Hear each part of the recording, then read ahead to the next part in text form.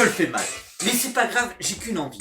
En ce moment, c'est de mettre des gants, de monter sur un ring et de chercher à me défendre. Parce que il y a une tentation chez certains, je sais pas pour vous, mais c'est parfois comme ça que je peux le ressentir, de nous mettre dans les cordes, dans nos derniers retranchements. Et il est évident que parfois pour notre survie, comme le dit la musique, ou pour que nos idées survivent, eh bien, il faut monter et lutter corps à corps. Et ce que je vous propose, c'est de regarder comment réagir face aux insultes, aux mensonges, aux injustices et surtout aux calomnies dont nous pourrions être victimes. On y va, on regarde ensemble? Bien, bonjour les amis. Alors comme vous l'avez vu dans l'introduction, nous allons parler de savoir comment répondre ou ne pas répondre face aux calomnies. Parfois, les calomnies que nous pourrions subir ou que nos amis pourraient subir ont pour effet de venir nous titiller, nous réveiller ou réveiller certains traits de notre caractère. Et c'est la raison pour laquelle je vais garder mes notes avec moi pour que certains traits de mon caractère ne prennent pas le dessus sur ce que j'aurais à cœur de vous communiquer. Il est vrai que parfois, par rapport à certaines calomnies, il vaut mieux se taire, ne pas réagir, patienter et, si nous sommes chrétiens, prier pour les gens qui nous calomnient. Mais, ici, je voudrais vous parler de quelques situations particulières. Quand la ministre déléguée à la citoyenneté déclare que les chrétiens évangéliques réclament des certificats de virginité et ont des tendances sectaires. Comment se taire en tant que pasteur? Quand François de Rugy laisse entendre que les évangéliques seraient une menace pour la République lors d'auditions parlementaires, comment ne pas se défendre? D'ailleurs, le président de la fédération protestante, qui était en face de lui a dit « Non, les évangéliques ne sont pas une menace pour la République ». Quand une députée associe certains mouvements évangéliques à des groupuscules qui prônent la suprématie blanche, lors de cette même audition, comment ne pas être énervé contre de tels propos, de telles calomnies? Pour argumenter cette dernière idée que nous développerions ou inciterions à des attitudes racistes, cette députée a pris un exemple australien d'il y a 3 ans. Si ces personnes étaient venues dans nos églises, qu'elles critiquent, ces personnes y auraient vu une mixité de tout âge, de toute origine sociale et culturelle, passer ensemble des moments agréables, partager des sujets de prière, se pardonner, se réconcilier, manger ensemble, sans aucune considération de toutes sortes. Maintenant, toutes ces accusations ne sont pas que des erreurs ou des mensonges. La calomnie a ceci de particulier qu'elle attaque la réputation et l'honneur des personnes qu'elle accuse. Donc de plusieurs centaines de milliers de personnes dans cette France. Et pour poursuivre, plutôt que de donner mon point de vue, je vous propose de lire ce que l'apôtre Pierre écrivait il y a presque 2000 ans. Car calomnier les chrétiens n'est pas nouveau. On lit ensemble? Nous trouvons ce passage de l'apôtre Pierre dans la première lettre qu'il a écrite au chapitre 2 à partir du verset 12. Et les calomnies auxquelles il fait référence, d'autres sources externes à la Bible en parlent également, ne serait-ce que l'historien Flavius Joseph ou d'autres encore. Mais lisons. Ayez une bonne conduite au milieu des païens.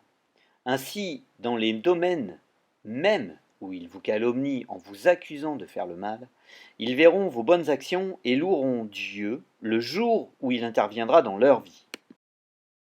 Pour l'amour du Seigneur, soumettez-vous à vos semblables, qui sont des créatures de Dieu, au roi qui détient le pouvoir suprême, comme à ses gouverneurs, chargés de punir les malfaiteurs et d'approuver les gens honnêtes. Car voici ce que Dieu veut, c'est qu'en pratiquant le bien, vous réduisiez au silence toutes les calomnies portées contre vous par les insensés dans leur ignorance. Vous agissez ainsi en homme libre, sans faire pour autant de votre liberté un voile pour couvrir une mauvaise conduite, car vous êtes de serviteurs de Dieu. Témoignez à tout homme le respect auquel il a droit, aimez vos frères et sœurs en foi, craignez Dieu, respectez le roi. L'apôtre nous demande donc de respecter les autorités, de respecter la loi, de faire le bien, quoi qu'il arrive. Mais il ne nous est pas demandé de nous taire, ni même d'être d'accord.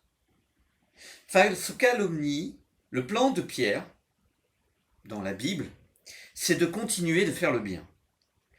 Pourquoi est-ce la meilleure des stratégies face aux calomnies? Les propos salissent la réputation et l'honneur des chrétiens qui sont plutôt des citoyens respectueux de la loi et des autorités.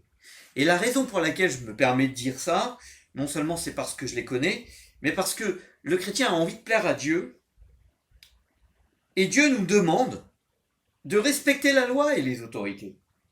Et c'est à Dieu que nous obéissons, et donc nous le faisons. Tant bien mal, mais nous le faisons.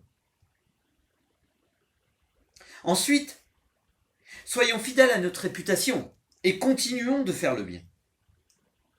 De plus, mal réagir, ce serait leur donner raison. Et vous êtes peut-être comme moi. Vous n'aimez pas donner de points à l'adversaire. Et puis, faire le bien ne veut pas non plus dire se laisser faire. Faire le bien, c'est aussi savoir se défendre et défendre le bien que l'on fait. Et n'oublions pas ceci, ce n'est pas tant notre propre réputation personnelle ou notre propre honneur qui est en jeu, c'est celui du christianisme évangélique et donc du christianisme tout court. Est-ce que nous prônons ou encourageons les attitudes qui nous sont reprochées? Voici l'avis d'un historien au CNRS qui est spécialiste du protestantisme évangélique. C'est Sébastien Fath. Voici ce qu'il écrit. La virginité avant le mariage est valorisée par toutes les religions monothéistes, dont le protestantisme évangélique. Mais les églises évangéliques ici visées ne demandent pas de certificat de virginité. Les propos de Marlène Schiappa sont diffamatoires. Je m'arrête dans la citation. Je ne m'appuie pas sur mon point de vue personnel ou simplement sur mon expérience, mais sur celle d'un chercheur qui étudie notre mouvement depuis une vingtaine d'années.